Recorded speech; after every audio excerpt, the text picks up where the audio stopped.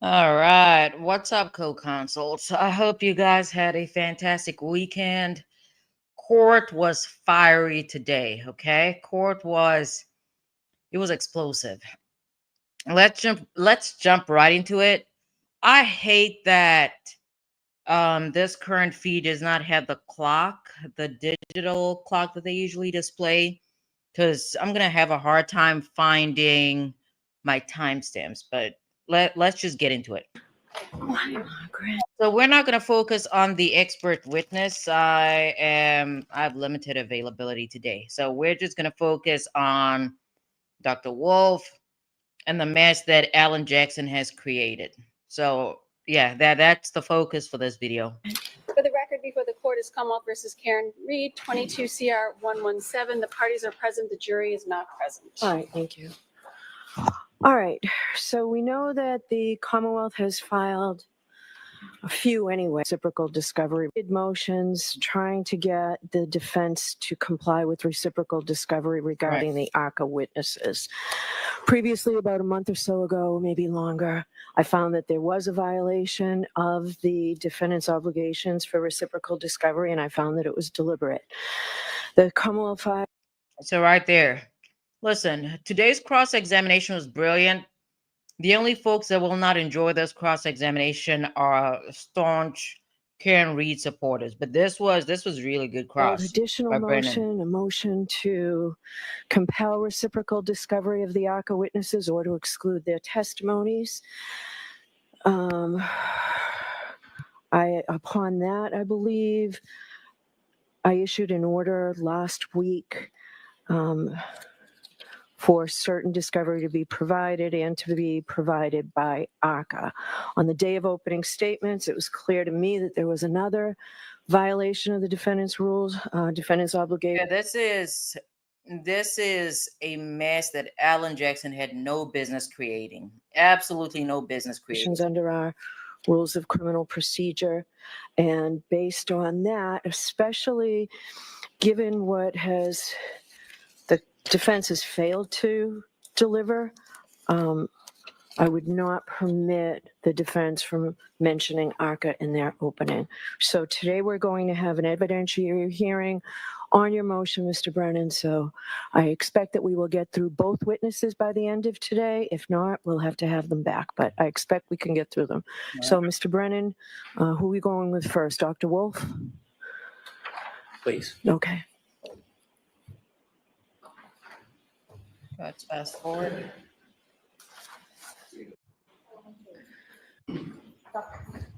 Set. You're going to face the clerk and raise your right hand, please. Solemnly swear that the testimony you shall give to the court. And I'm just taking a look at the notes that I took today. I'd rather give my sense of today's proceedings as things go on, because I just have an hour. In any event, my take on Dr. Wolf is the fact that he was very evasive. Okay. Hopefully you got an opportunity to observe him, listen to his responses during cross, as well as, I guess it's redirect, but there was no actual direct. So during cross and redirect, and he was pretty evasive during Brennan's questioning, and he just does not appear. He does not come off as credible. Given the second expert, I mean, that was short. His testimony was pretty short. Cross-examination was pretty short. It was, 10, 15 minutes? He just answered the questions, whereas Wolf was very, very evasive and deliberately evasive. The matter now in hearing shall be the truth, the whole truth, and nothing but the truth, so help you God. Yes. Thank you.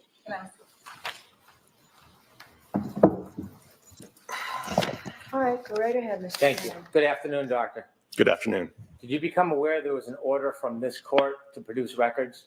Yes. Did you receive a copy of that order? Yes. Who did you receive a copy of that So order? we need Dr. Wolf to identify himself. Please identify yourself. E.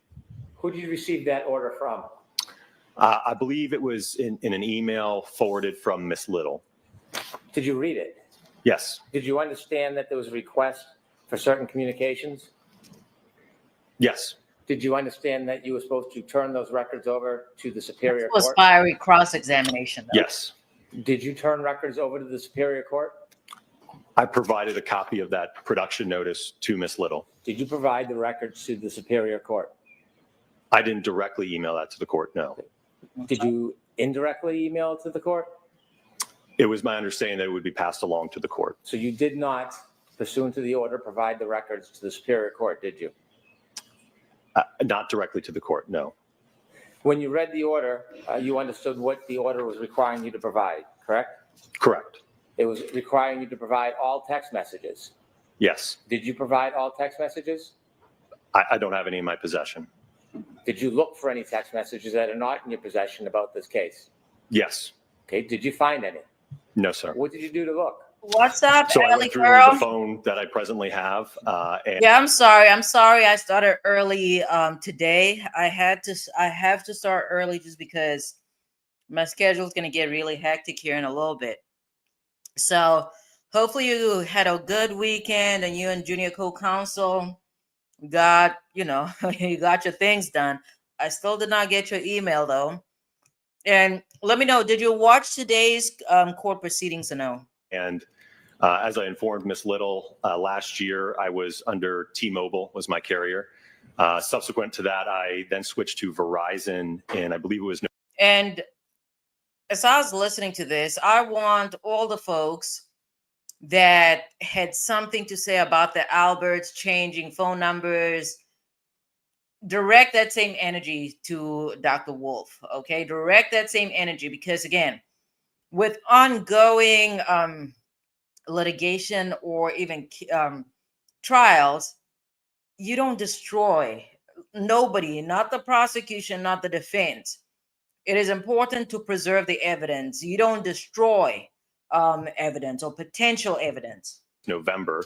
So I made an effort to contact T-Mobile as well as get access to my T-Mobile account hub. Unfortunately, I was unable to get access to it or get any records prior to, or at least from my T-Mobile carrier. And then I went through my Verizon records that I have from 2025.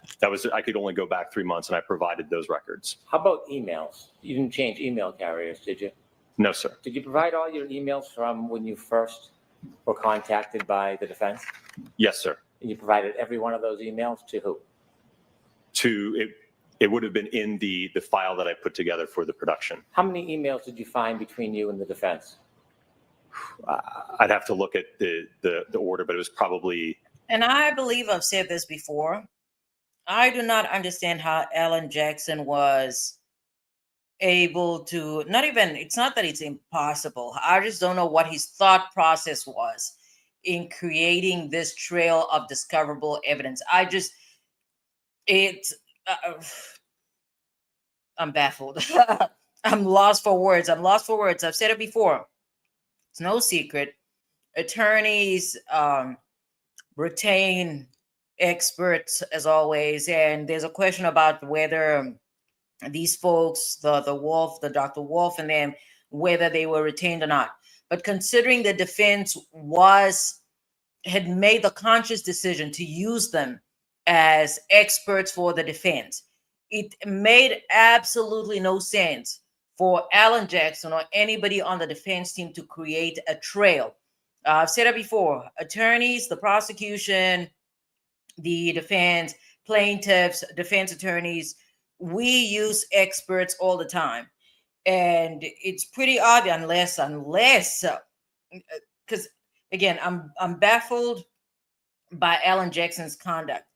Now, just as I'm speaking through this, I'm wondering if this was his first time actually having direct communication with experts. And the reason I wonder is because, again, cannot be because he's been practicing for quite some time. Doesn't mean that he actually knows. Never mind. Let me move on.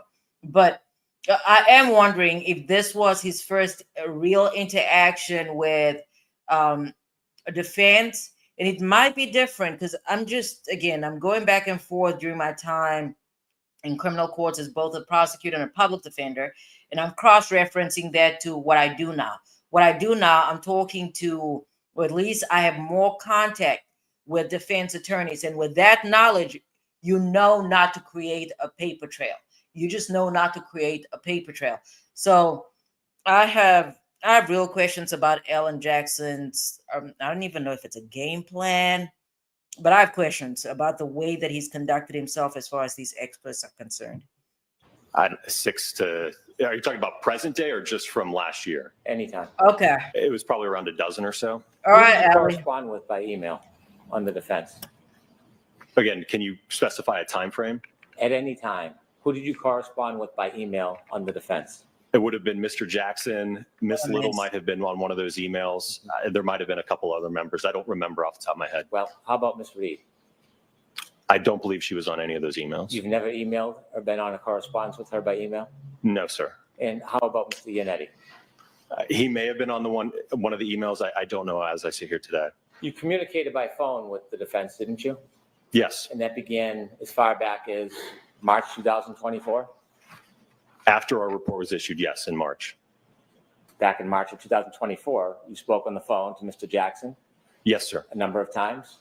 Yes, sir. And as you spoke, you began to become familiar with him and his role in this case, didn't you? We corresponded about, again, our expected testimony here at trial. Yes. I'll ask it again. Did you become familiar with him and his role in this case when you spoke to him? I understood him to be the defense attorney on the case. Yes. Did you speak to Ms. Little by phone? I don't believe so. No. Did you speak to anybody? Hold on 1 second, please.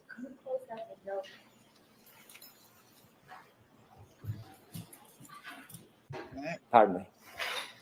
Did you speak to anybody other than Mr. Jackson about this case? The timestamp I really want to move to is 2:34, but again, I hate the fact that they did not put that clock, or am I just missing it? No, it's usually in this corner. Anyways, let's move on. Before the first trial? I don't believe so. No. Did you speak to anybody since then on the Yes. defense team? Who? I believe Miss Little and Mr. Alessi. Okay, and how about Ms. Reed? No, sir. Did you ever have any conversations that weren't on a regular telephone? Do you have a Zoom? Yes, we have had, I believe it was a Zoom or a Teams meeting. We've had a couple. When was that? That would have been more recently to go over some of the testing that we've done. Did you ever have any Zoom meetings before the first trial?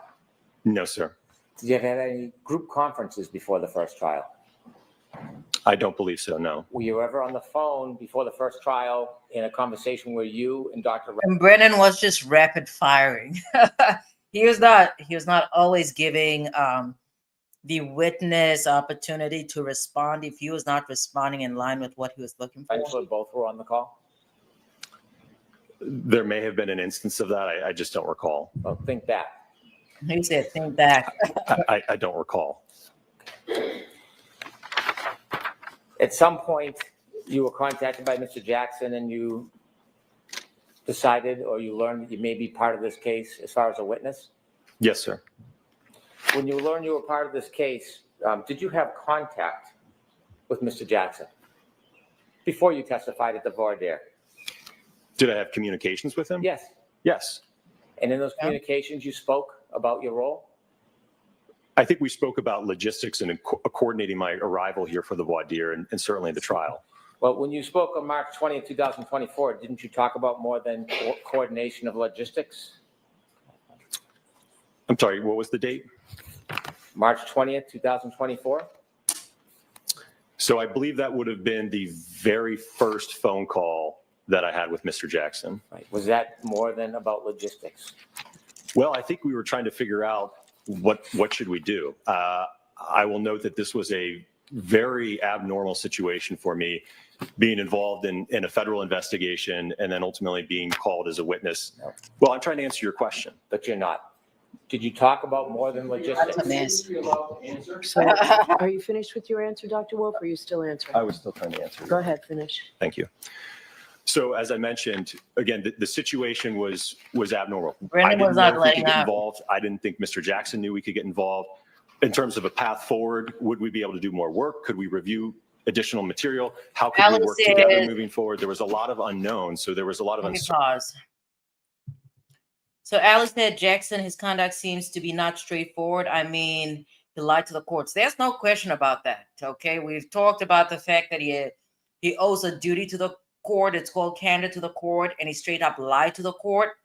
And um, after that came to light, I've been very clear.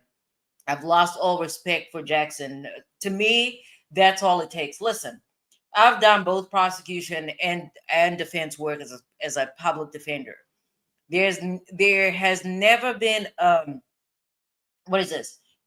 I just think overall, as far as whether you're prosecution or defense, there absolutely never has to be, or I don't know that an attorney has to feel compelled or so moved, whether they work for the prosecution or for the defense, to intentionally lie and mislead the court on a subject matter that is otherwise that they have to be truthful about. It boggles my mind. It makes no sense.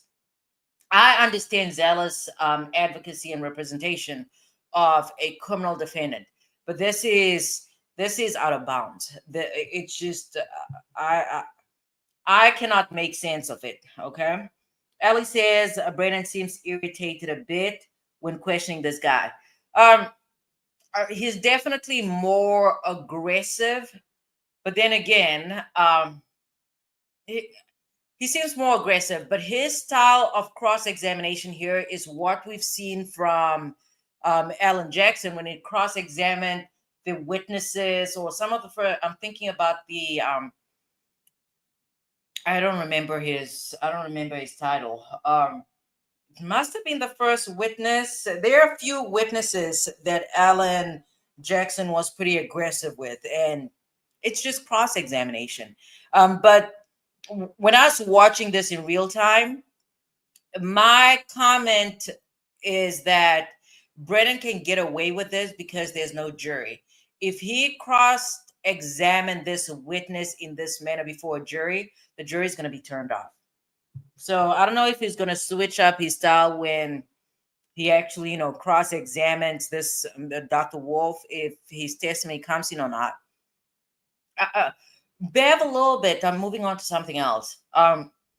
Bev kind of signaled that she probably will be allowing the defense to, call these witnesses and get their report in.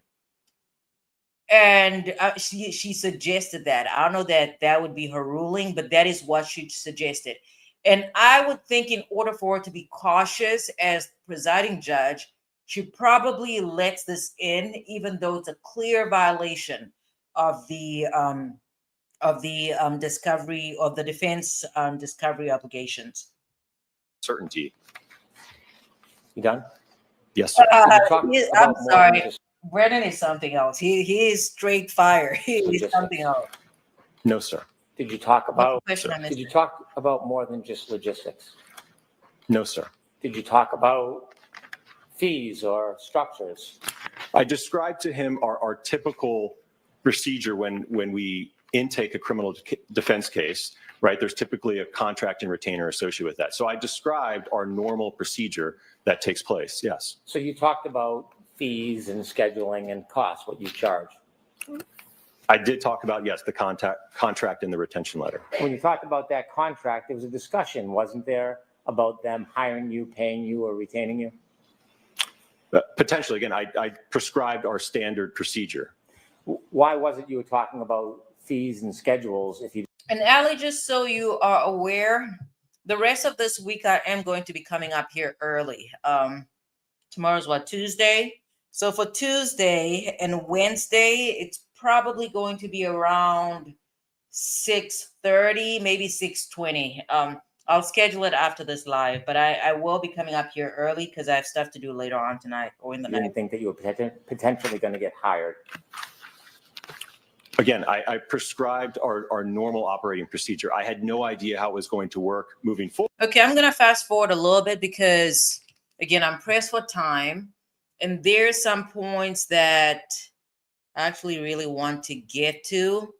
As far as the text messages, Dr. Wolf testified that he deleted his messages and he changed providers, no longer had access to T-Mobile. I believe that's who his previous carrier was. He moved on to Verizon.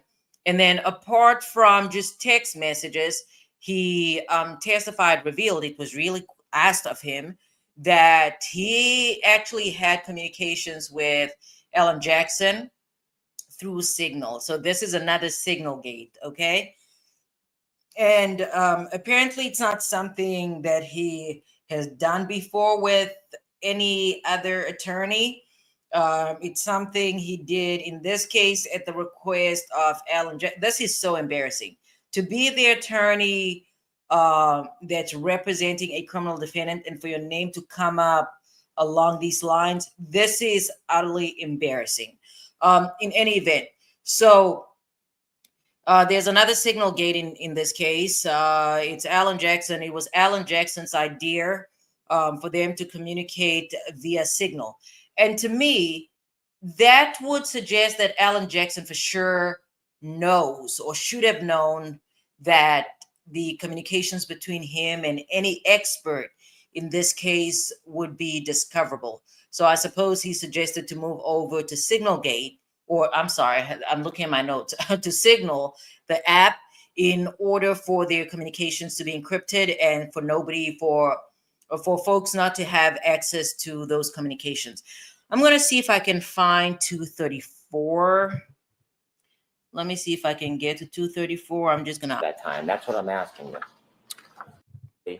That time that you kept track of, did you then submit it and get paid and compensated? Work that was done for the Department of Justice was under. So at the time, Yeah, but summary chart.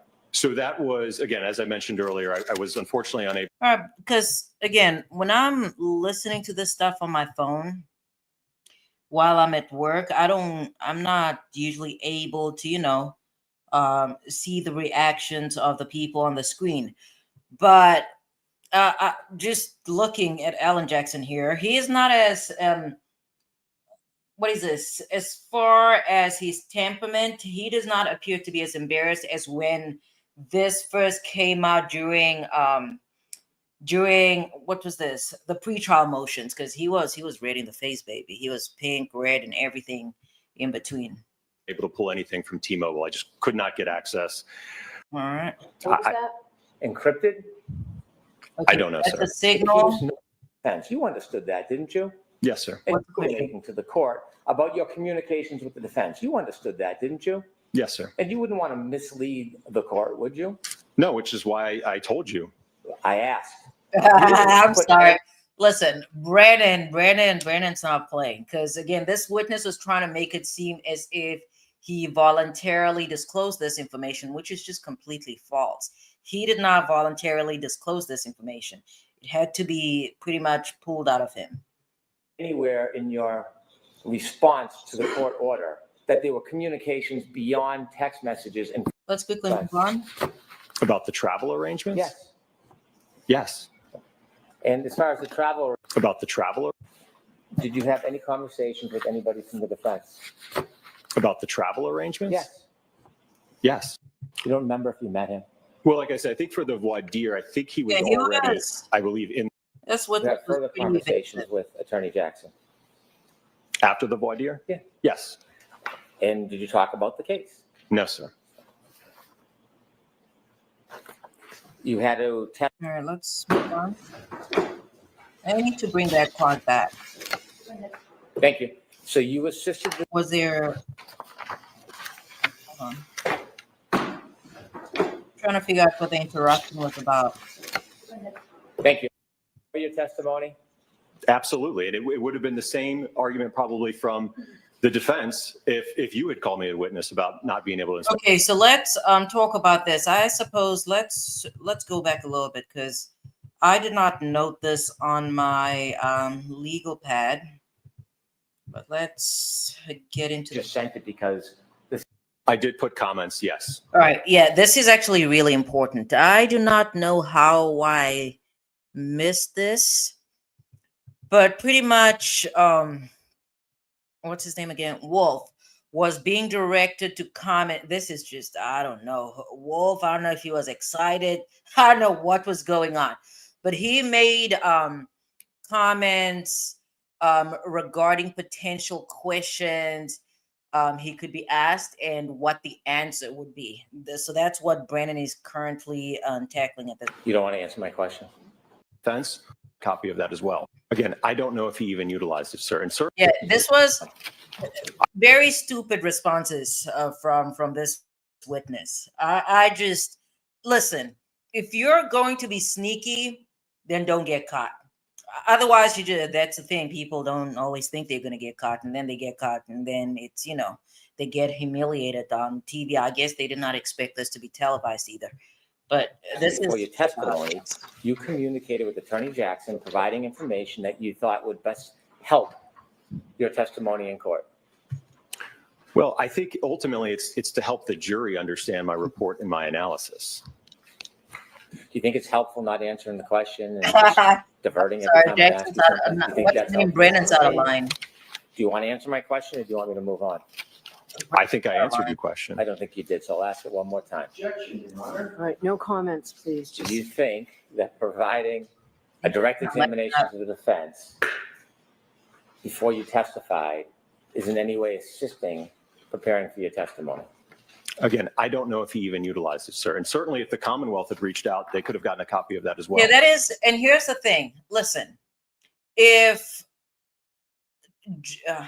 there's no question that Jackson got the the comment from this witness, all right, and it makes sense for him not to respond directly to the comments, because then it's pretty obvious. Like, Jackson is a little dim, but he's not that dim. And I think he's dim just based on what he has displayed here.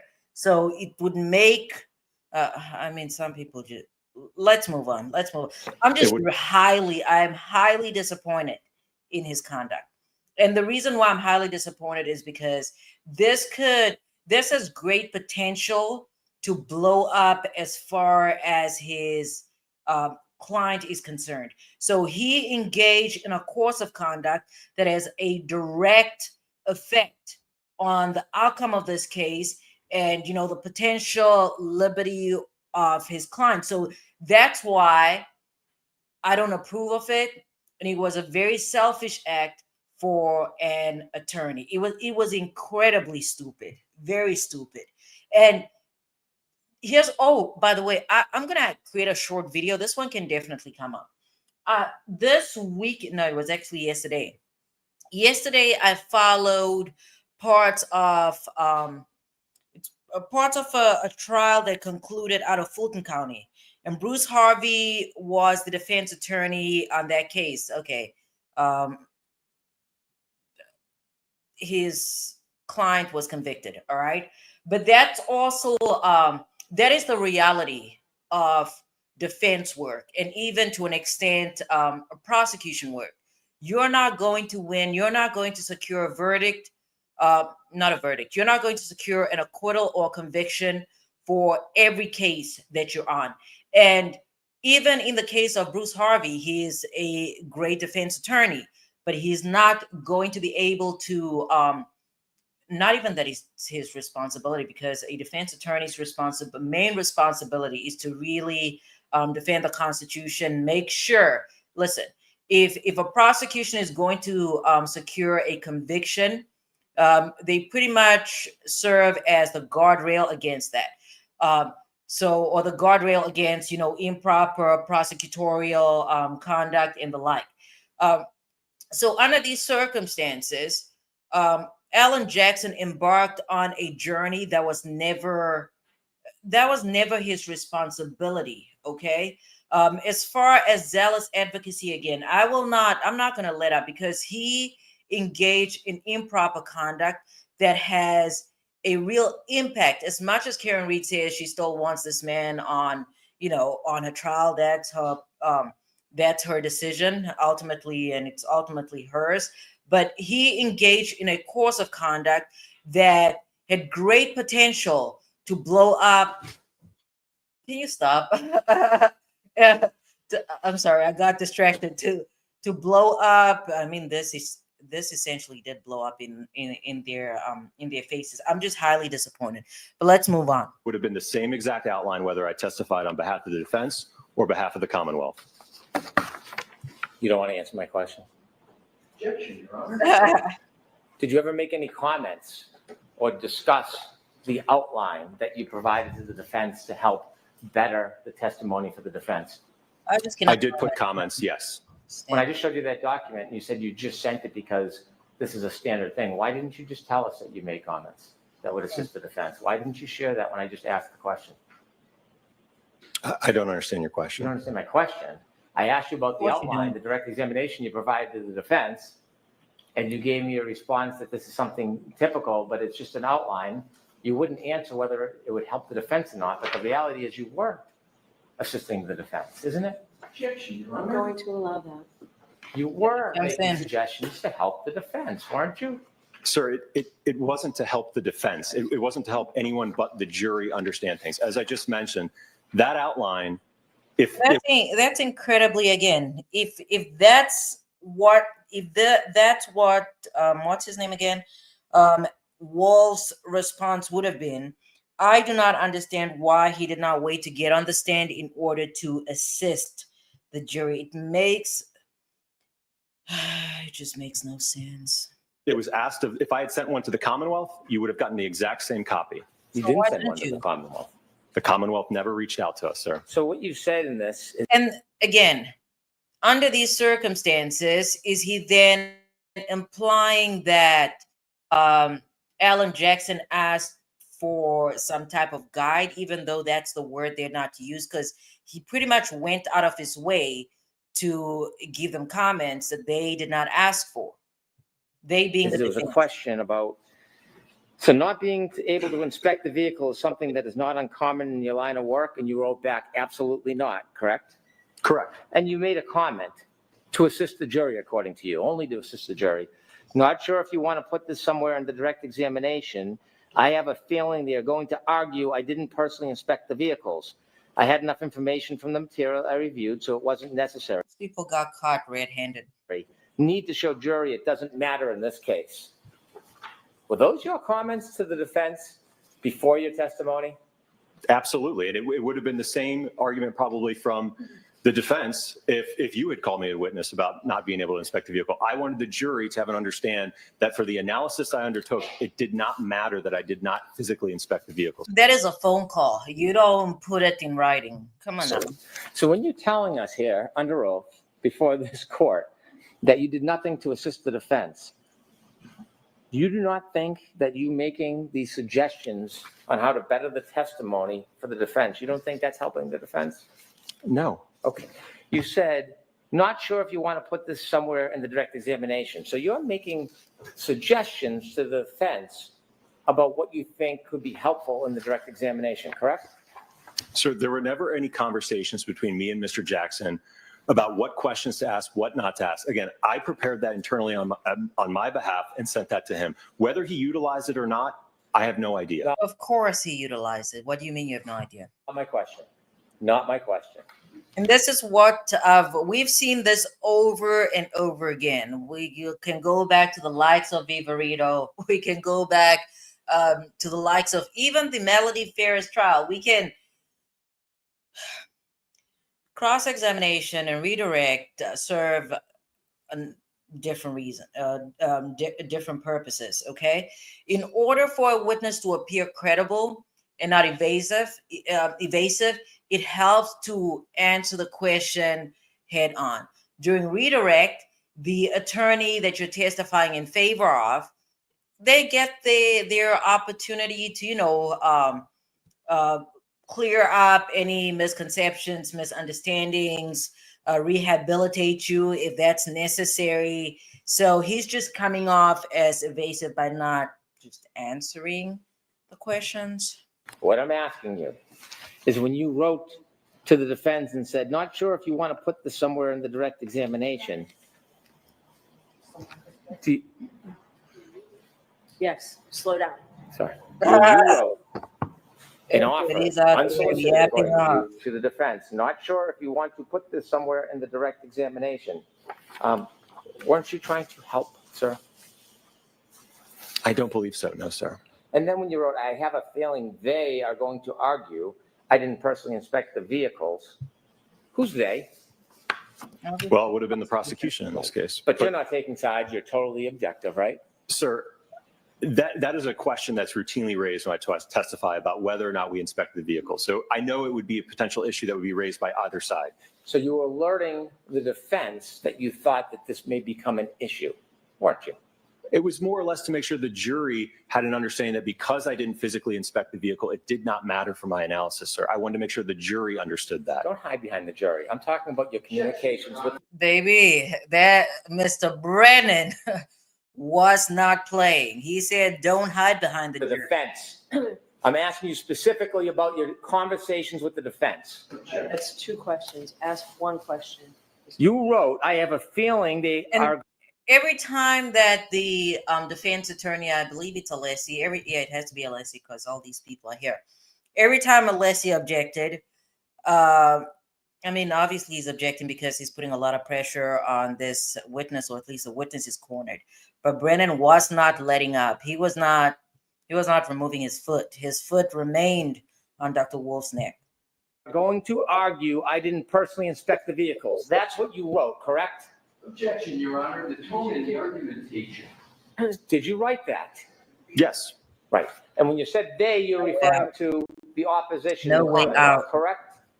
correct. Right.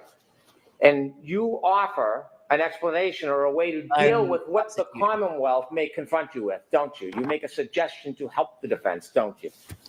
Again, it was to help the jury understand that because I did not physically inspect the vehicle, it did not matter for my analysis. That was the point I was trying to make. Let I me had finish. enough information from the material I reviewed, so it wasn't necessary. Need to show the jury it doesn't matter in this case. That's what you wrote. Right. Okay, what's going on? What is Karen Reed shaking or bouncing around To for? show the jury. Yeah. That's what I was trying to make sure that that point was understood to the He's not jury. for- In your collaboration with the defense, that's not all you wrote, is it?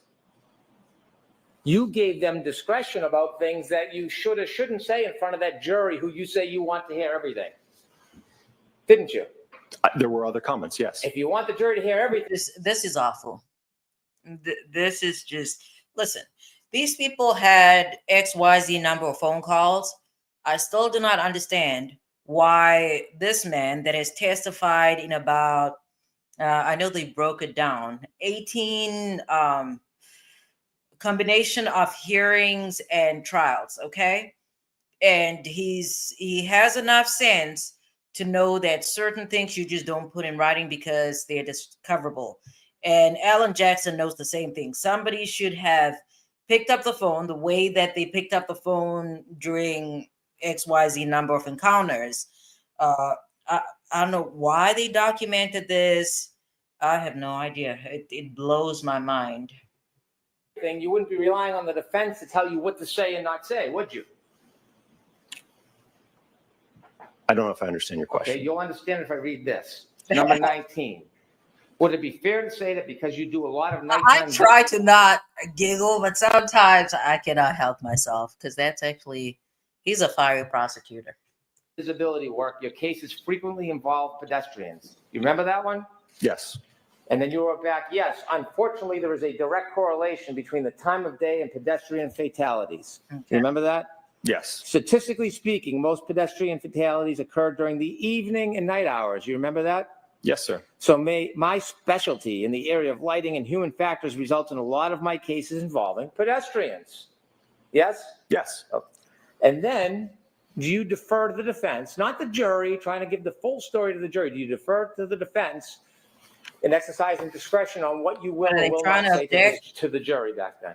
well, allow me to explain, if you will. I'm asking you a question. Let me explain. No, I'm asking you, did you Answer defer? answer the question first. Did you defer to the defense on what information they wanted you to put in front of that last jury?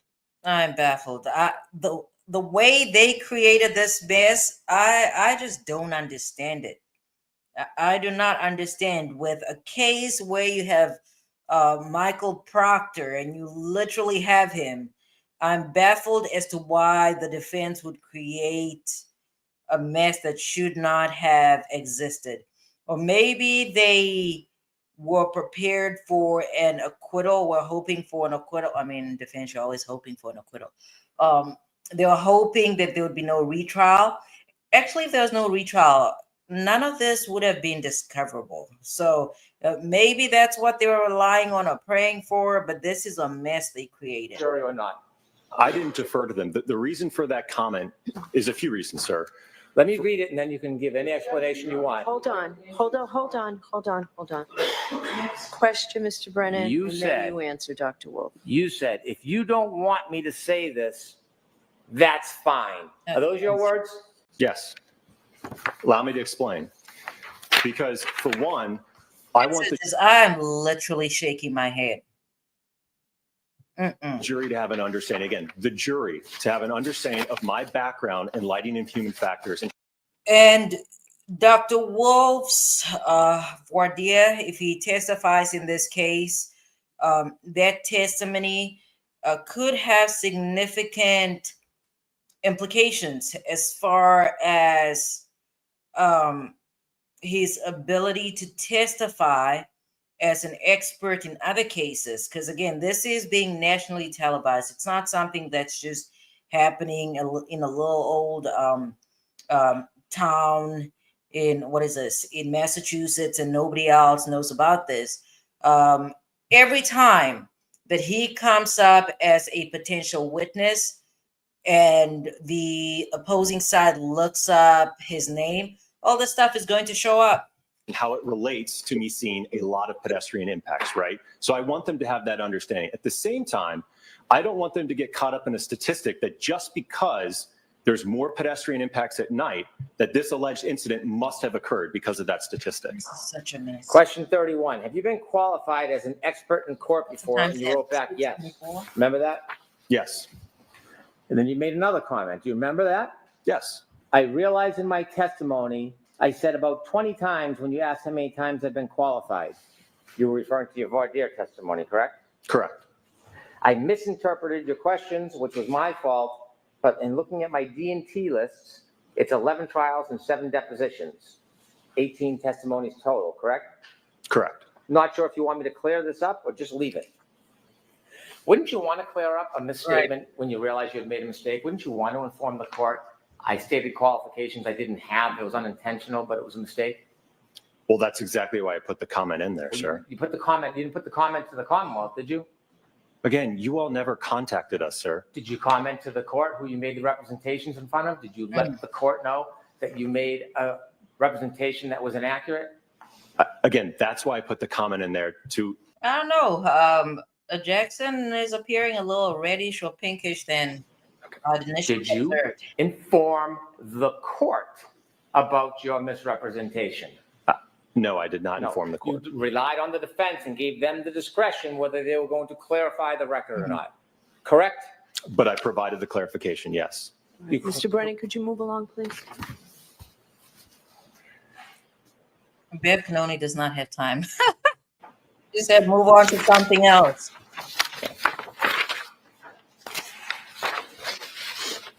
As you sit here today, you don't really know how many communications you had with the defense before your last testimony, do you? Shuffling paper. What's going on? For trial one, Yes, trial one. I think it's all memorialized in the records and the emails that were produced. The ones that were produced, but not things that were lost or destroyed or deleted, correct? Again, there are records, even though the physical That's a texts yes or aren't no there, there's answer. certainly records of the calls incoming and outgoing as well as texts. Do you remember when you testified in the voir dire, you were asked that before that morning, when you walked into court, you had never met Attorney Jackson face to face? Correct. But you met him in court that day, right? I believe I met him that day, yes. You were asked whether or not you had ever discussed at trial now, after the voir dire, on June 24th, you were asked whether you ever discussed the substance of any of your testimony. Do you remember that? Correct. And so when you shared questions and answers and suggestions by email, was the statement under oath, you and I have never discussed the substance of your testimony. Is that still truthful?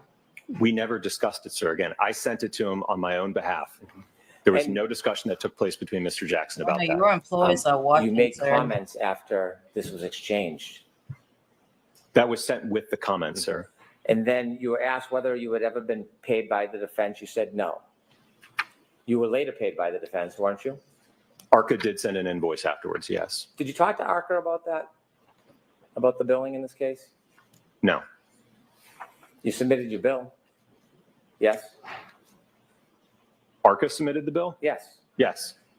Mr. Klein, he was involved in the, All right, let's just quickly fast forward a little Jackson, I bit. don't think felt it was necessary to call Mr. Klein as well. Duplicative testimony, Klein's involvement, and ultimately he's also an accident reconstructionist, so it essentially would have been duplicative testimony. So we didn't feel, or Mr. Jackson, I don't think felt it was necessary to I call don't Mr. know. Again, this is absolutely embarrassing for an attorney that's on this case to have his name brought up under these circumstances. Klein as well. I would describe there wasn't in that report, didn't you? Pretty much, Jackson has gone out of his way to put himself in the same position as Proctor for no reason. For no reason, he has inserted himself into the case and has pretty much, gone beyond the role of defense attorney.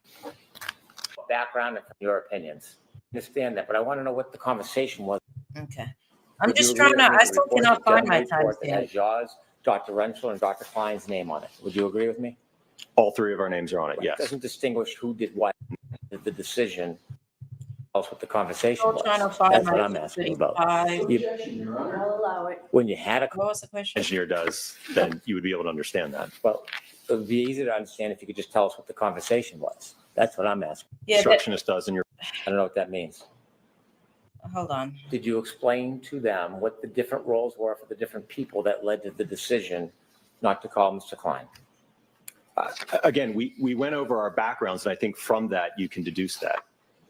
I don't know what that means. Well, if you're familiar with what an accident reconstructionist does and you're familiar with what a biomechanical engineer does, then you would be able to understand that. Well, it would be easy to understand if you could just tell us what the conversation was. That's what I'm asking about.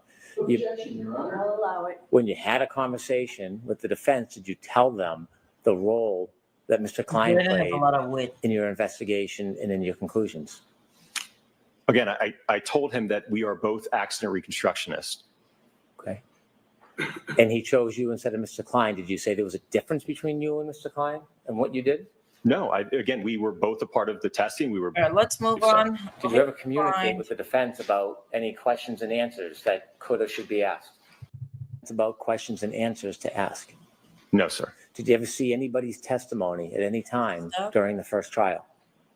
I might have seen a few news clips, but I didn't watch any specifically, no. Did you ever watch anybody's testimony? Did you ever watch any of the reconstruction testimony? No, sir. Did you, after the trial, spend any private time with the defense? No, I left town. Okay. You didn't go to lunches or parties or anything like that? Parties. No, I went straight to the airport. And sir, is there any other communications that you've had with the defense that you didn't tell us about outside the text and the phone calls and the signal calls? Are there any other communications that you can think of that you had with the defense? No, sir. I've provided everything I have in my possession.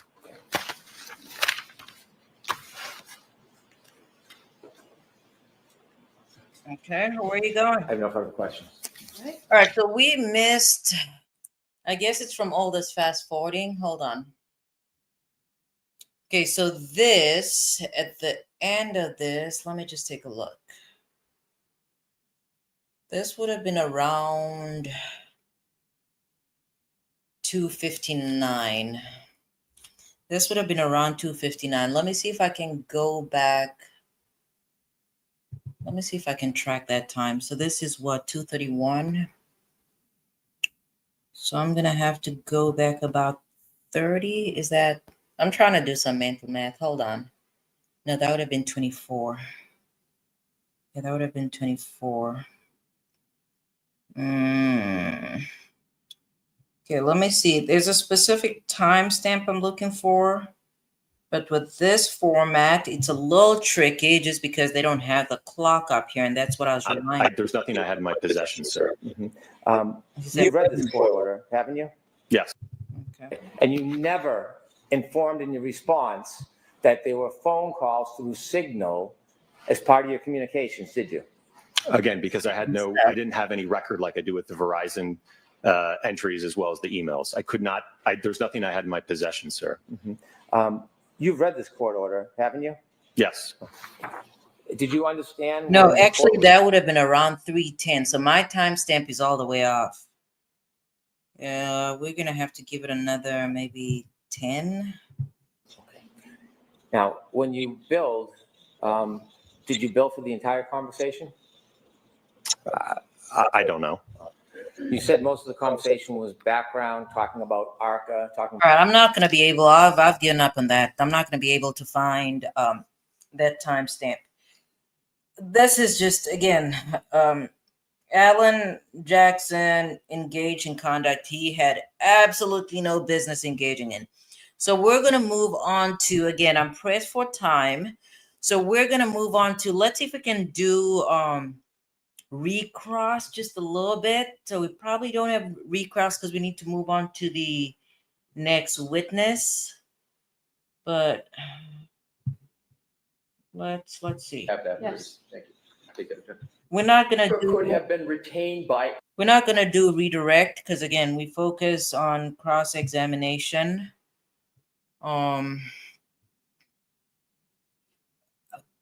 my notes here, right? Because I listened to all of Alessi. I made a note for myself before the defense attorney got up there. I wanted to know if the defense attorney was going to address the deleted text messages. I don't know that he did unless I was away from my desk, because otherwise I'd have, followed up with a response, a yes or no, and some type of timestamp. I don't know that it makes much of a difference because Bev Canoni probably lets this. Yeah, Bev Canoni probably lets this in, even though ordinarily, again, a lot of these defendants that I get to see on Law and Crime and Court TV, okay, Alex says it seems shady to me. A lot of these folks, maybe it's just the judges. Maybe I've had some pretty strict judges, okay? I have never been able, and I hope I don't have to. I always had to have my discovery in, whether I was a prosecutor or a defense attorney, by way of public defense. The judges I appeared before would not give you these many chances. Yeah, they just, it's not happening. Your client is going to be out of luck. All right, let's fast forward to recross. Let's just fast forward a little bit. But today's court proceedings, they were really good. They were really brilliant. And again, the only people that would not enjoy, the only people that will not enjoy or did not enjoy Brennan's cross-examination or Wolf are diehard Karen Reed fans. Like, people that have a stake in this case will not enjoy that cross-examination. But otherwise, he was phenomenal. He was really good. So let's get back to, I believe this is when he. Efforts by the defense in 2000. I missed out on a lot. It's certainly not ideal, but we certainly are working. Hold on. And the new information, Dr. Welcher's work. the past month, the aperture has new work of that. So I think Yeah, I don't Putting all the, and remember Leslie addressing the deleted text message. So it's all court. that Hopefully May 7th will work. Okay. That's all I have at this point, Your Honor. You guys know, Alessi is my favorite defense attorney. I think he's brilliant. So we'll see, but I'm not going to rewatch him right now. All right.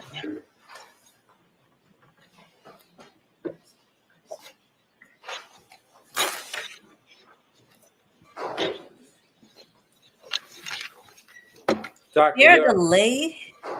as far as I suppose there's a delay. Doctor, you're suggesting there's that a it's going to delay take until May in the feed. 7th for you to complete your reports in this case? And we've talked about this previously. I like, and I also said I'm going to steal that. Okay, I do like the way that Brennan does his redirect or recross.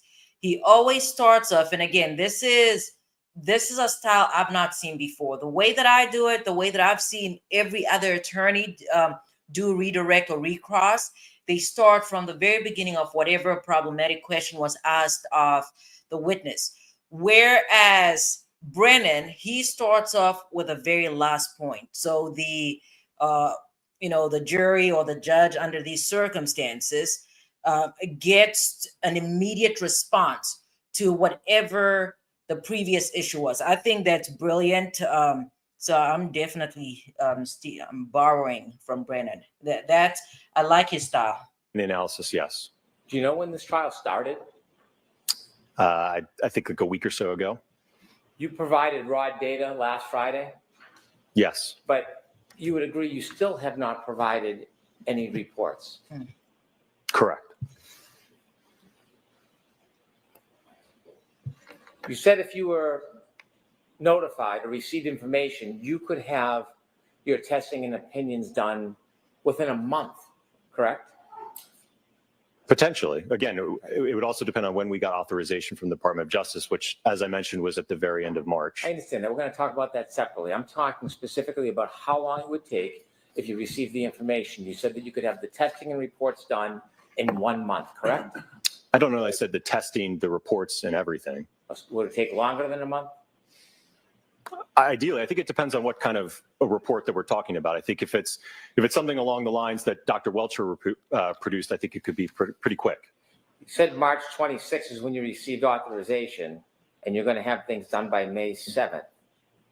So that's a month and a week? I want to skip Sounds about right. Okay. to the next Do you know when witness. the Commonwealth in this case turned over Dr. Welcher's information to the defense? Do you know? I don't know, no. Did you know that it was turned over in a report on January 30th? Just the report? Yes. I didn't know that. And No. the file in its entirety was turned over by February 5th? Did you know that? Is that still Brennan up there? Do you know that? I don't, Your Honor.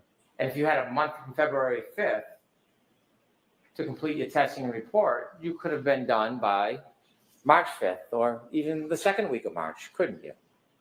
Presuming we had authorization, the defense had authorization from the Department of Justice as well as ARCA, yes. Putting aside the authorization, I'm going to ask you about that. But just the time you need to test, if you knew or received the information by February 5th, you could have been done by March 5th or mid-March, couldn't you? Potentially, yes. Well, you're going to get it done that quickly now. So wouldn't that be an accurate guide to when you could have done it then? It's certainly not like ideal, that but question. we certainly are working as quickly as we can. I know it's not ideal, but isn't it the same time frame? Whatever it's going to take you from March 26th, you could have done from February 5th. True? I was scanning the video to see if Brennan had brought in any of Karen Reed's statements today, because I joined the live late. I had to sign on a new client, so I was occupied for like the first 2 hours of the trial. But I was just trying to figure out if he played any of the Karen Reed, I guess, testimony, if you'd like. I don't see any. Again, I don't know the timeline in terms of what exactly was produced when from Dr. Welcher, so I'm not aware of that. But I'm not asking about the timeline. I'm talking about the time needed to deal with this information. You said you could have done in around a month. I think a month or more, yes. A month or So, more.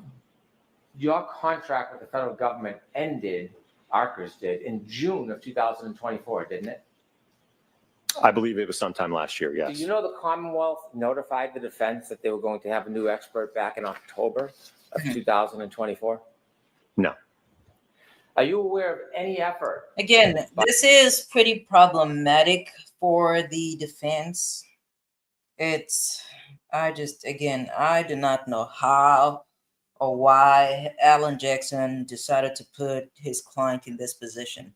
So it blows my mind, and it's going to bother me for the rest of the duration of this trial. I know randomly I'm going to bring it up because it's mind-boggling. By ARCA or the defense to try to facilitate an agreement that the defense could use ARCA? I may have said this before, but listen, don't create problems that have no business. Do not create problems that should not exist, okay? Sometimes the best thing to do is to do nothing at all. Sometimes, because in this case, again, the prosecution has the thorn that is Michael Proctor. There's no way around Michael Proctor. Why Alan Jackson thought he was being smart by creating an issue that could potentially harm his client is beyond me. As witnesses back in October or November of 2024? No. Are you aware of any efforts by the defense to try to notify the federal government to be able to use ARCA in December or January? No. And so as far as you knew, this came out of nowhere in March, that the defense wanted to use ARCA, or specifically you. And I have questions of the defense right now. When they, in October, when they signaled a new expert, who was it going to be? Dr. Renchelier, in late March of 2025. Not that it's discoverable. No, I think, again, it was, But like I said, around February of 2025. I know that, like I said, when I spoke to Mr. Jackson, that he had indicated that the ARCA issue was being litigated. And I think that, like I said, there was, I think, multiple motions pending against us, and he didn't even know if he could move forward with us at that point in time. Do you know why the defense waited until February 2025 to even seek permission from the federal government to retain you and Dr. Renchler so you could review the materials? Objection, Your Honor. Do you know? Do you happen to know that? I don't know. comes No. in. Next question. You shared with us communications you had with the United States They Attorney. cannot even just they've created so much of a mess. Defense, or at least little Alan, Karen, they cannot just sit and prepare for the next witness or rethink across or something along those lines. Instead, they have to focus on this mess that they created for absolutely no reason. Attorney's office. Were you receiving information in this case since the last trial? I don't know, they might be talking about lunch or dinner or something. Were you receiving That information again. in this case since the Yeah, they last might be trial talking about something from the else. defense or from the United States Attorney's office? And let's quickly go back to the Florida case, Colin Griffith. That is the one case where, I mean, those, shout out to all public defenders, but those attorneys were brilliant. But as far as cameras are concerned and their view of the defendant, those are one few attorneys. They probably have done the best job, though, of shielding their client from the cameras. Over here, because again, I'm focused on what on earth they're going on, what they have going on. It sounds like they're talking about dinner, but I'm going to go back one more time. Were you receiving information Yeah, I remember that. in this case since the last trial? Yeah, people like me and everybody else will be over analyzing whatever it is that Karen Reed's saying, her gestures, her presentation overall. From the defense or from the United States Attorney's office? What do you mean with respect to information? Yeah, they're talking Evidence, about discovery, something information. else. From the Department of Justice? Anybody?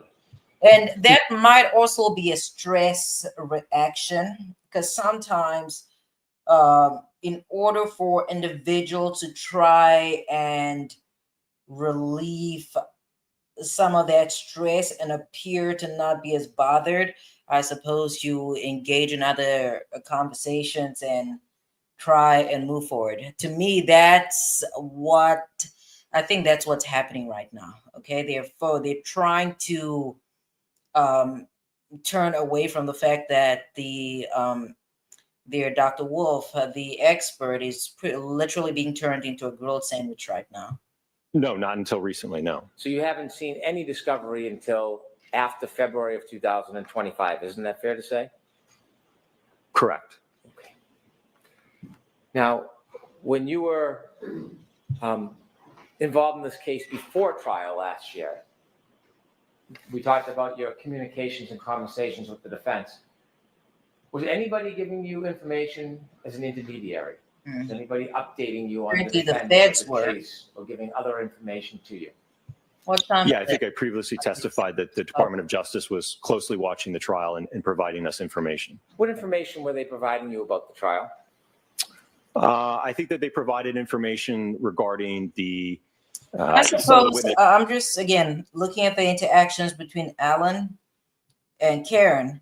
I think what's happening is Karen trying to, because this man, he's flush red right now. Okay, I think it's her trying to reassure the lawyer. This might be the second time we've seen this happen, because in that we're going back to California, the ASAP Rocky trial, when Joe Tacopina was getting riled up, apparently the responsibility was upon the defendant and his client to, I suppose, calm him down. So to me, that just in my mind, again, I'm trying to imagine what's happening, but I think this is what's going on. So they're engaging in some type of small talk or conversation, and that is Karen's way of trying to reassure, this lawyer over here that has created a mess out of thin air. witnesses that testified with respect to, I think, the Like, don't get me wrong, I like excitement and I like unexpected turns and twists, but this should not exist. This should not exist, not on the defense part. reconstructionist. We've talked about this before. Defense, listen, defense, as that's including the attorneys and the criminal defendant, they don't even have to do anything. They don't have to do a thing. I've said it over and over again. They could pull out coloring books and, connect the dots and do all types of things, work on puzzles and maze and everything else. This man had no business creating a mess out of nothing. I'm going to leave him alone. Let's move on. I think some of the evidence. Let's move on. So when the Department of Justice was giving you information during the trial about witnesses, what witnesses do you remember they were giving you information about? One that comes to mind was, and I don't even recall his name, it would have been the. Listen to what this witness is saying. He's going to get caught in another lie. All right. The accident reconstruction. Still back? One that comes to mind was, and I don't even recall his name, it would have been the accident reconstructionist. Is it a coincidence that when you were receiving information from the Department of Justice about particular witnesses testifying in this case, is it a coincidence that your phone calls and text messages are more frequent? Is it a coincidence? Yes. I presume so. Well, when you were receiving information from the Yeah, Department, he is boiling right now. I hope that is embarrassment, so he does not do this in another case again. Justice about witness testimony in this case, was that part of the catalyst for you to either call or text the defense and ask questions? No. Did you ever share any of the information you received from the Department of Justice with the defense? No.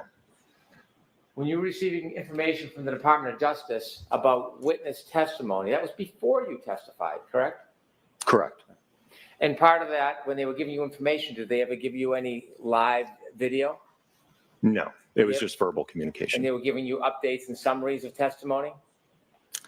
I wouldn't say summaries. They just pointed out some key things I think that came out. What were And, the key things they were talking about with the reconstructionist testimony? What were they telling you? I think it was as it relates to the arm being outstretched, and I think some of the kinematics of the pedestrian. I also think there was some mention of. I think, where's Real Thing? I need Real Thing over here. Like, Real Thing, I'm summoning you here. Okay, it's Real Thing and Old Bag. Definitely summoning you guys. This is a huge question mark right now, like a huge question mark. Potentially some DNA evidence. And I've talked about this before, all right? Experts, are they impartial? No, not really. Experts are not necessarily impartial. There's a reason why they get called by a specific site. side. It's in order for them to testify in accordance with, if it's a criminal case, the prosecution or the defense theory, and if it's a civil case, the plaintiff defense. So they're not impartial, but it's just the extent to which Alan Jackson, and obviously this witness, we're not going to leave him out because he's the one that was creating a guide, or I guess writing out Alan Jackson's direct and cross-examination, direct questions on his behalf in his, what is this, plight to apparently assist the jury. It's the way they went about it, and it's also the fact that they got caught. That's the issue. They got caught. And is that how at trial, even though you had no evidence that was produced as part of your report, or to consider for your report, that you knew that there was DNA evidence because of the intermediary? Because of the Department of Justice? Yes. Yes. Did you know there was a sequestration order in this case that you were not supposed to consider? This is problematic. Like, they can chit chat and, try, I guess, talk about dinner and everything else. But this is a blemish that should not have existed. Or review other witnesses' testimony or information. Did you know that? I was never made aware of that. No. Nobody made you aware about a sequestration order in this case? No. But you did, in fact, receive information about other witnesses' testimony before you testified in this case in front of the jury, didn't you? From the Department of Justice, yes. What other witnesses were you advised about their testimony and issues in this case before your testimony in this case? That's all I recall. Okay, so apparently he only recalls the reconstructionist, okay? That's what he's claiming. Well, you said it was more than one. You said some witnesses. And then he gets pressed. And then after he gets pressed, his memory becomes a bit clearer. Take a moment. He said, I'm sorry, I should not be laughing at Brandon, but he's not letting up, not one bit. What other witnesses stand out? This is exactly how you do cross-examination. You don't let up.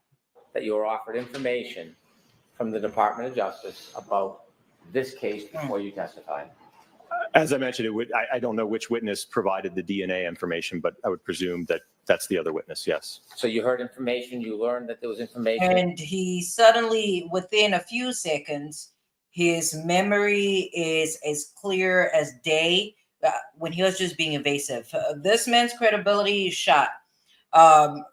If Bev, my sense is just, again, based on, I think two or three occasions today, I got the sense that Bev Canoni brings us in. The reason why I think that is because towards the very end of the voir dire, she pretty much asked if these experts could speed up their report and their testing and examination if she ordered them to do so. So I think that's what she's going to do. I think she allows them to come in, but then she's going to expedite, the deadline. And the way that she offsets this for the prosecution, I think that the prosecution can explore this in greater detail during cross-examination. I think that's how she's going to play it. And the reason, because that was my sense already as I was watching this in real time. But considering that this is a criminal case, it's a criminal defendant involved, that's always high stakes, okay?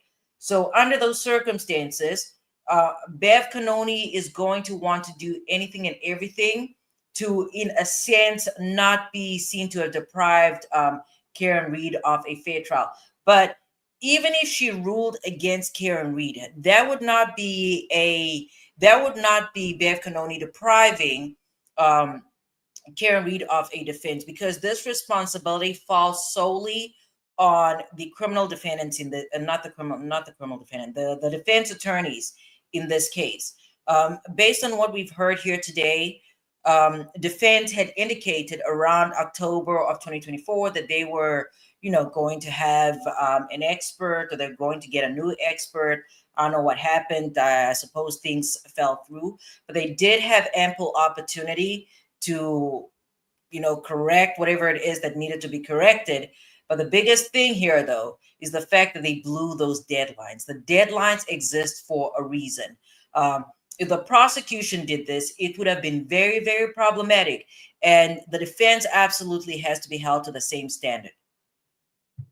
In testimony about DNA. Yes, And certainly when you took that information before you testified, you considered it when you testified, didn't you? no, because again, our report was already solidified, so it didn't change my opinion in any way. Well, not about whether it changed your opinion. You testified about DNA, didn't you? I don't believe that I did, no. I'm going to approach, if I may, Your Honor. Fast forward. I'd like to introduce that as an exhibit, please. Thank you.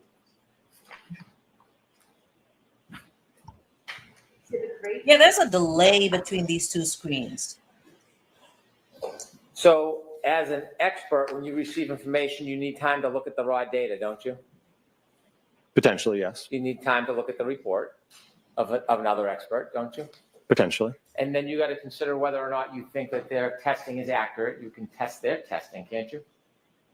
You can, yes. And you can also generate new tests based on what you've read, if you think that there is some explanation needed. Yes? Perhaps, yes. And then you can write a report. Yes. So it's fair to say when an expert introduces new information, testing materials, it takes about, if not at least a month, to process through that information, vet it, and then consider your own testing. Well, if they've already authored a report and done their own testing, that should be solidified and memorialized already. Well, if there's new testing, if a new expert does something How new, much longer do we have? and an expert wants to look at it, you would agree to sift through that much information and consider and vet it and then do independent testing. It could take over a month, couldn't it? If it's necessary. And it would be the expert that determines whether or not that was necessary, wouldn't it? Sure. And if your report is not due until May 7th, is that what you said, May 7th? Yes. May 7th. It could take an expert, if they wanted to do testing based on new testing that you provided, over a month, couldn't it? What's that? It depends. I can't answer that. When you wrote that initial report and you provided the report, how many pages was it? 10, 12 pages? The original DOJ report? The report that you produced in this case with your opinions, yes.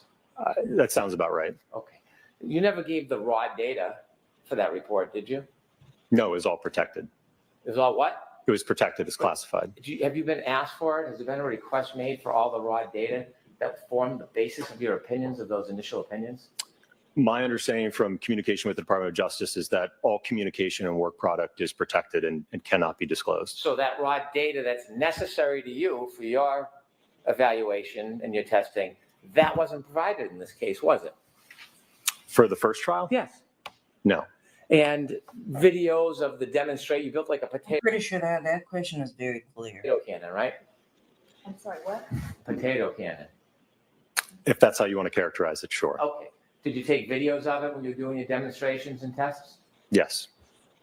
Never turned over those videos. So I'm just thinking, I'm fast forwarding to the actual trial here. Trying to consider whether this witness will be likable in front of the jury or not. I have real question marks about him. Real question marks. Did you? Again, we're talking about trial one. As I mentioned, for trial two, I'm let me asking finish. for trial one. So Okay. no, I want you to focus on. Okay, no, that trial was one. not produced. No. Never turned over any of those videos, did you? Again, we were not able to. And was there any failed testing the first time around? No. In addition to videos, I'm sure you had other raw data, notes, photographs, right? Yes. And so when you look at a report, so for example, you saw Dr. Welch's report and you had access now to his file and data, correct? Correct. You reviewed that, didn't you? Yes. Because to be fair, you need to review not just the report, that's just someone's opinion. You need to review the raw data, don't you, to get an accurate understanding of an opinion? Right, which we have already provided Right, in so- response to Dr. Welcher. Without video and without the raw data, as an expert, there's no ability to really vet the reliability of your first experiments that led to your testimony in trial one, is there? I think you might be confused. Again, our role for this round. That man said the prosecutor might be confused. Yeah. Objection, Your Honor, you should be allowed to answer. I don't think I'm confused. I'm talking about trial one. He said, I don't think I'm confused. Yeah, we're going to have, as far as his likability, I'm not sure. I don't know. Maybe he starts off being likable during the defense direct, but cross-examination is going to be very problematic for him. Right. You had a 12-page report. You provided no video, no raw data, no notes, correct? Correct. But for this trial, sir, we are being asked to respond to Dr. Welcher. That's Okay. not what I'm We asking have you. provided everything that he would need to evaluate the testing that we have done. That's not what I'm asking. What if he wants to evaluate the testing you did the first time? Are you going to come into court? Do you hope to testify about the opinions you gave the first time? About those 4 opinions? I don't know what the defense's plan is for us. My understanding is that it's to evaluate and So there we go. That solidifies everything. That answer right there, to me, pretty much confirms that the defense is in the driver's seat. They may try and place blame elsewhere, and Dr. Wolf can, try and hide behind the jury or what he thought the jury should have known or why he wrote XYZ comments. But ultimately, to me, that was confirmation that it is the defense that's in the driver's seat, which is not inconceivable considering that he is testifying for the defense. But it's certainly,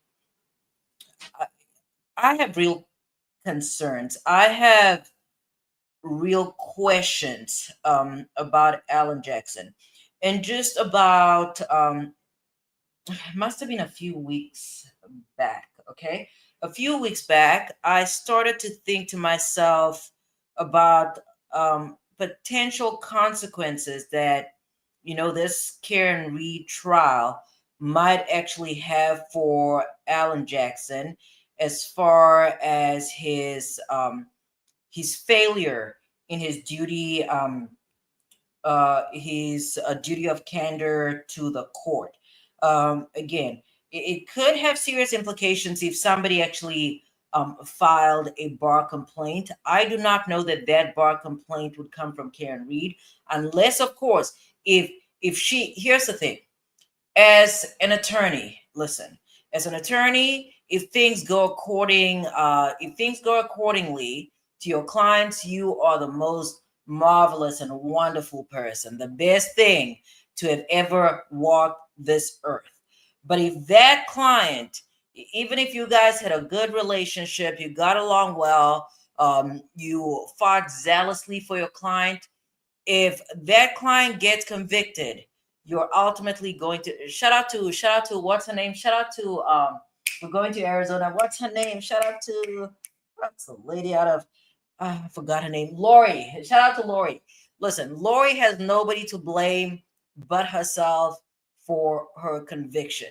But in this Karen Reed trial, if Karen Reed got convicted, Alan Jackson could definitely take the fall for that, and that's why I cannot make sense. I cannot make sense of the manner in which he behaved. It makes no sense because that is not an extension of his responsibilities or his duties to his client. Not no, it's not, and nobody can convince me otherwise.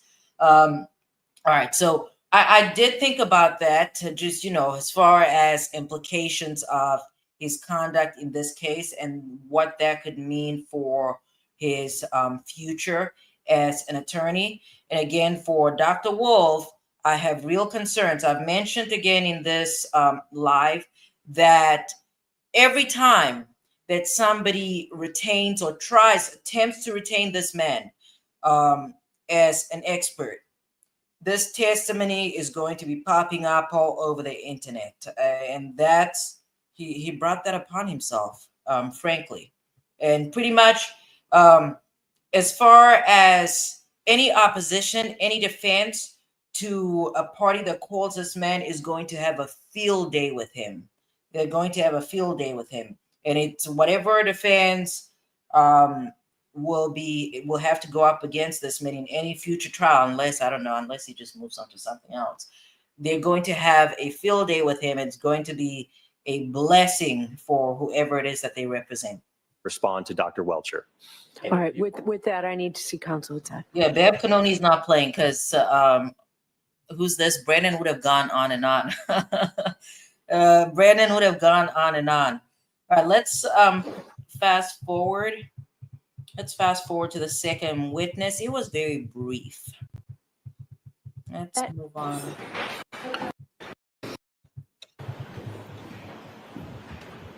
Step line now, clerk and raise your right.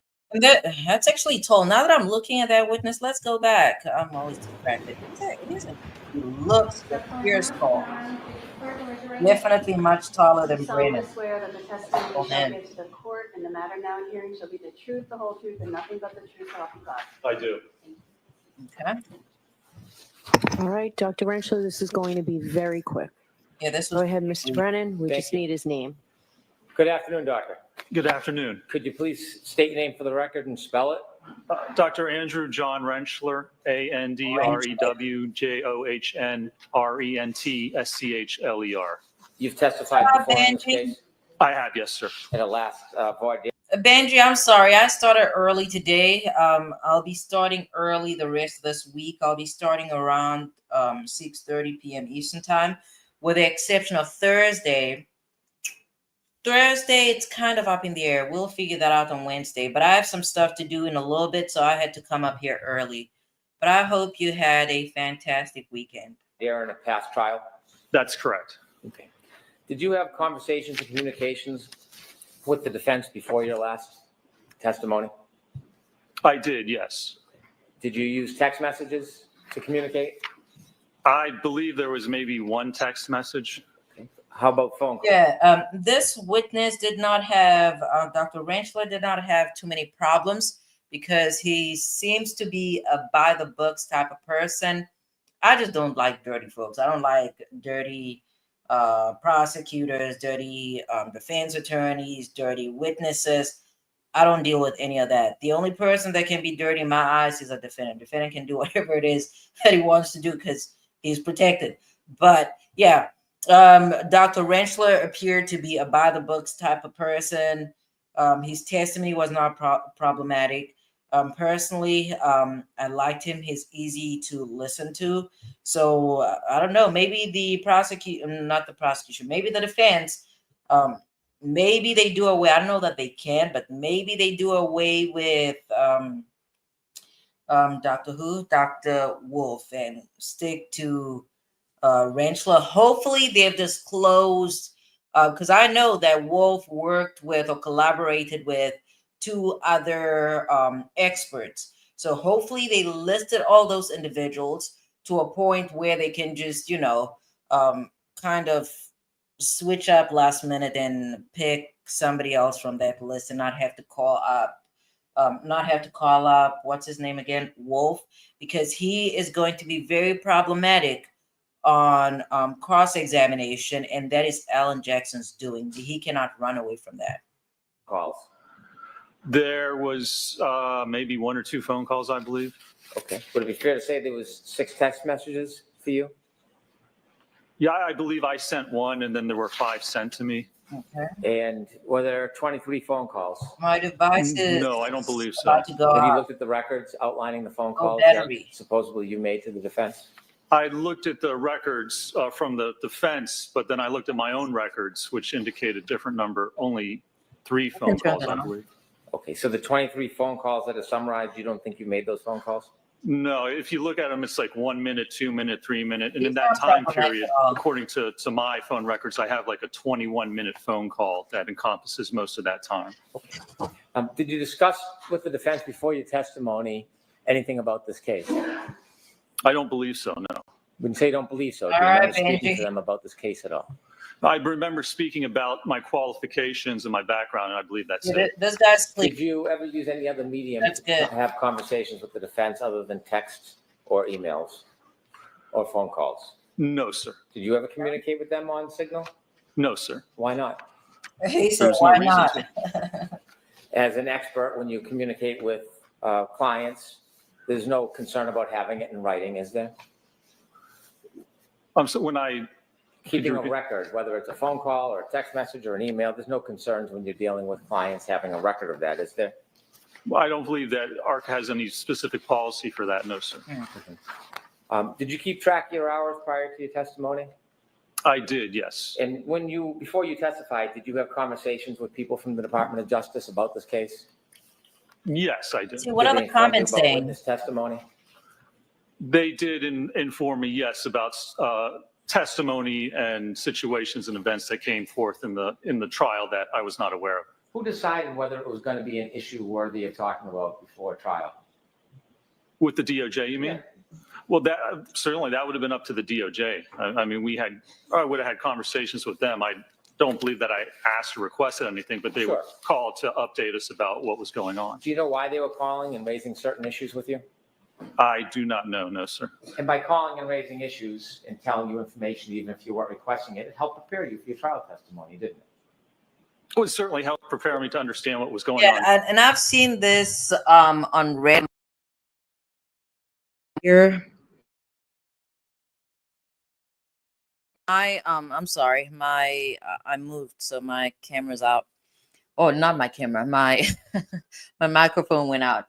But I was just quickly browsing the comments, trying to get a sense of, what Karen Reed's folks are saying. And again, it's more attacks on the judge. And I've said it before. Listen, if you are a staunch Karen Reed supporter, this is not for you. All right. The this cross-examination was not for you because the prosecution did a phenomenal job and they definitely turned, especially what's his name? Daniel Wall. They turned him into a grilled sandwich.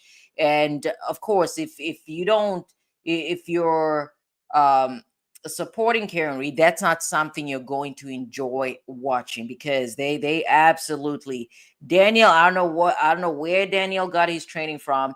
I don't know why he was overly invested in the case to the point where he created discoverable material that should not have been discoverable in the first place, but he did bring that upon himself. During the trial, yes. Did you know there was a sequestration order?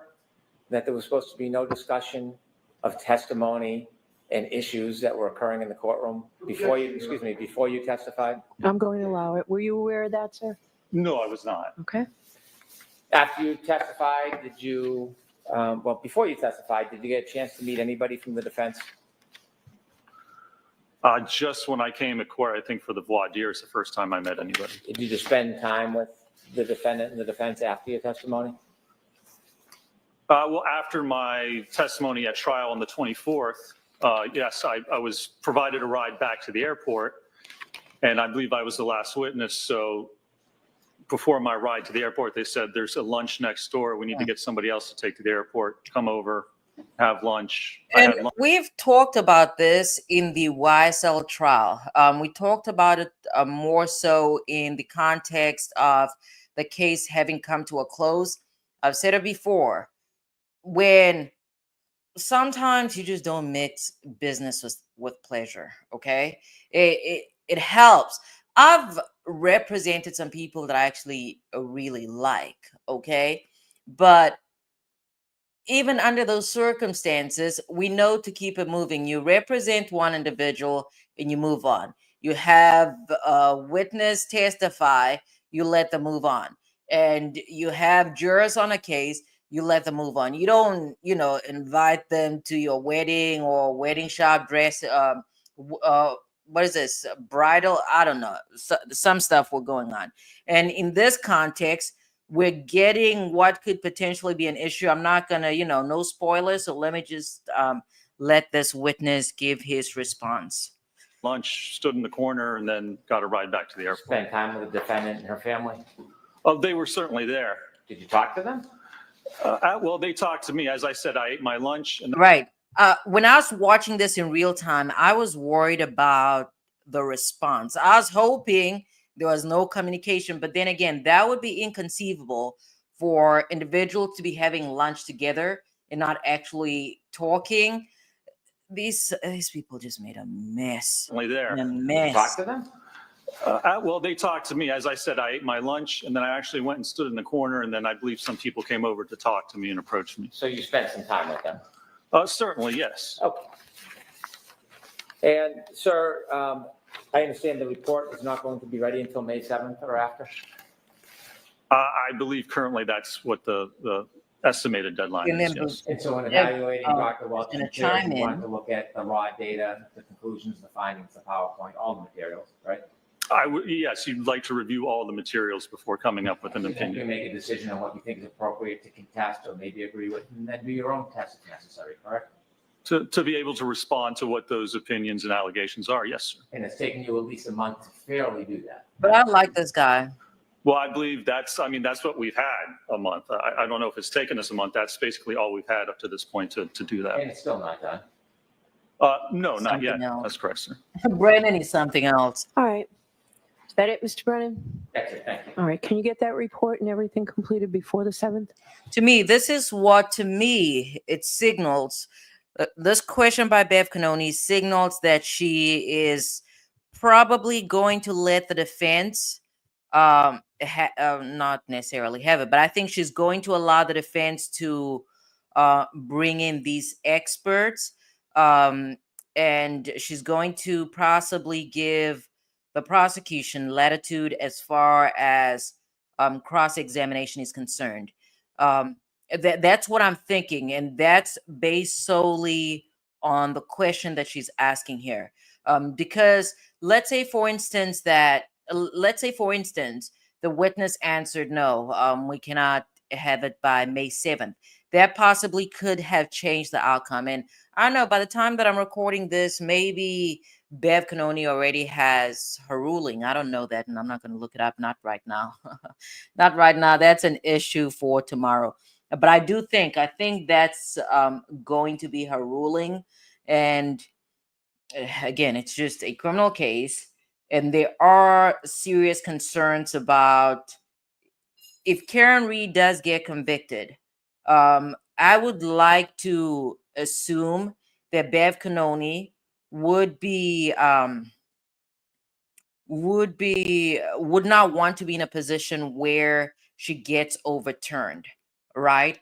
And even though this is a mess that Alan Jackson and the defense created out of thin air, apparently they love complex cases and they love puzzles. The gift of Michael Proctor was not enough for them, so they had to, they had to engage in conduct they had absolutely no business engaging in. But I do think I think that's what Bev Canoni is going to do, and I've said it over and over again. I'm glad that I've not been in a position where I have blown deadlines, and I suppose that I did not have the luxury of blowing deadlines because the judges that I appeared for would not have tolerated any of this mess. All right, folks, that's it. That's all I have for now. So let's reconvene tomorrow. And this week, I'll be going much earlier. So tomorrow, let's just put a time on it. Tomorrow, we're going to go 6:30 p.m. Eastern time, okay? 6:30 p.m. Eastern time. That is when we will reconvene tomorrow. And I'm going to schedule it right now. Shout out to Benji, Ali. There's some other person in here. I cannot see who it is, but shout out to you. Shout out to the replay crew, okay? And shout out to all public defenders. I'm calling it a night. I will see you guys tomorrow. Have a good night.